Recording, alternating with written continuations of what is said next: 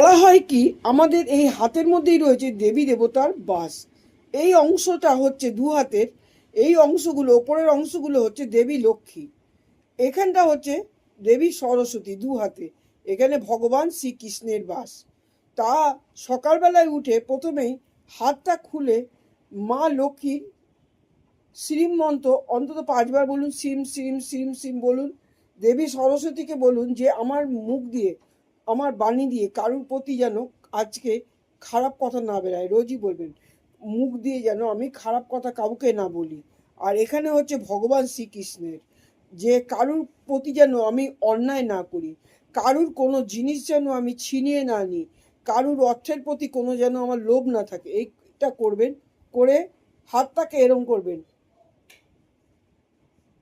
3বার, এই জায়গাটা 3বার, এই জায়গাটা এরম এরম করে চুমু খাবেন। খেয়ে এই হাত দিয়ে আপনি আপনার মুখটাকে এরমভাবে চোখ বন্ধ করে ঘষুন।